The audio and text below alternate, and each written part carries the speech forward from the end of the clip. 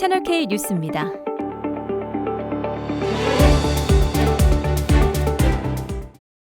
어제부터 한국에 입국하는 홍콩, 마카오, 중국발 항공기 탑승자들은 탑승 전 PCR 검사와 검역정보 사전 입력 시스템인 Q코드 작성을 더 이상 하지 않아도 됩니다. 입국 후 검사는 지난 1일 해제됐었고 이제는 남아있던 방역조치마저 모두 철회된 겁니다.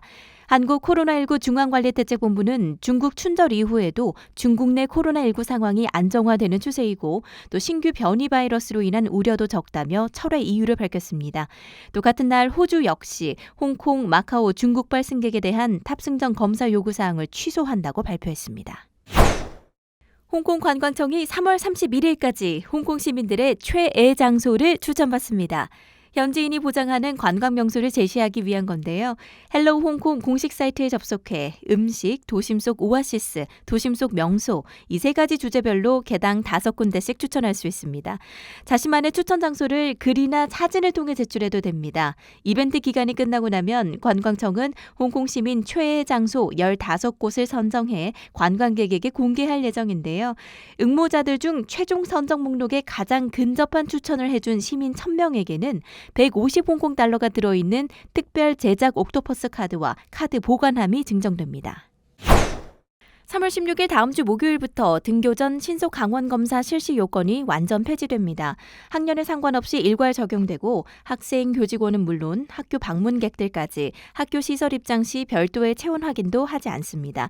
교육부는 학교 측이 건강보호센터의 규정을 잘 따라줄 것과 더불어 교내 집단에서의 추가 감염병 발병 가능성이 있는지 면밀히 살펴줄 것을 당부했습니다. 홍콩 정부는 전자소비 상품권 1차 지급 시기를 4월 16일, 2차 시기를 7월 16일로 발표했습니다.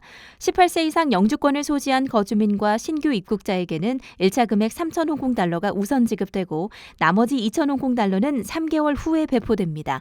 그 밖에 유학과 기타 목적으로 홍콩에 머무는 거주민에게는 총 2,500 홍콩달러가 지급되는데 역시 1차 금액 1,500 홍콩달러, 2차 1,000 홍콩달러가 각각 4월과 7월에 나누어 지급됩니다.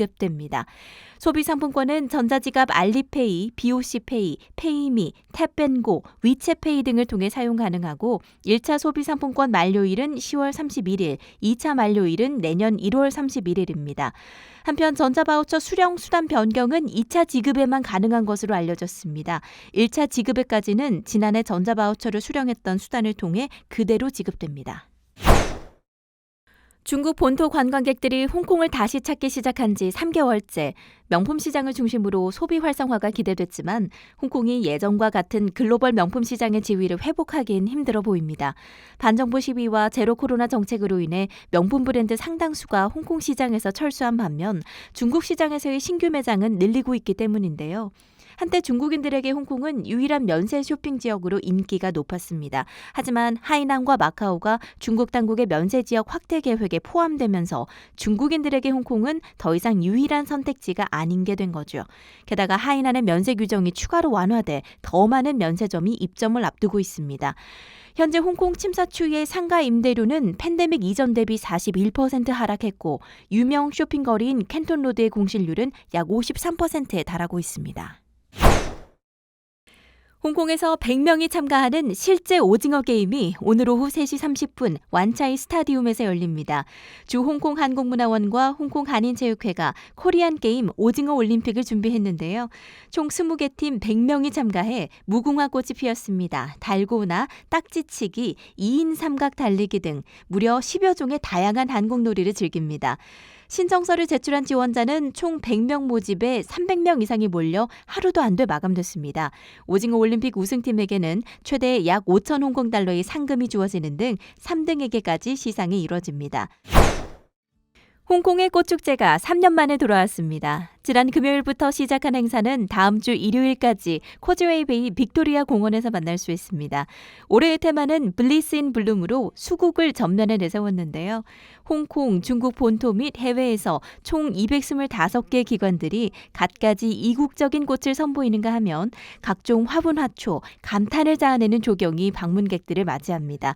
전시되는 꽃송이 수만 40만 송이에 달한다고 하네요. 또 매일 매일 밤 조명과 음악이 어우러진 공연은 물론 가족들이 함께 할 수 있는 행사도 준비되어 있습니다.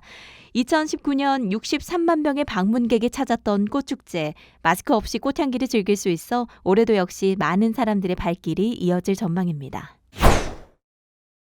스트롤 갤러리가 4월 28일까지 오버 더 바운더리 경계 넘기 전시를 준비했습니다.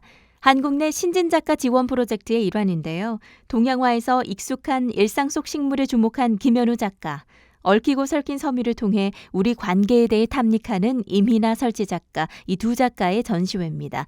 주변 환경을 섬세하게 느낀 바를 다양한 매체를 통해 작품에 표현하고 있습니다. 일상에 지친 사람들에게 새로운 감각을 제시해 일상을 다시금 바라볼 수 있게 하는 계기가 될 수 있을 것으로 기대됩니다.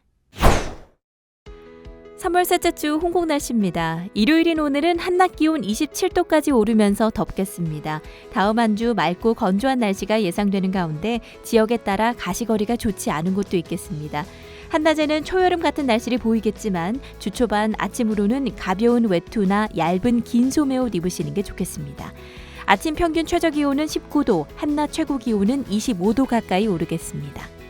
채널K 뉴스였습니다. 시청해 주셔서 고맙습니다.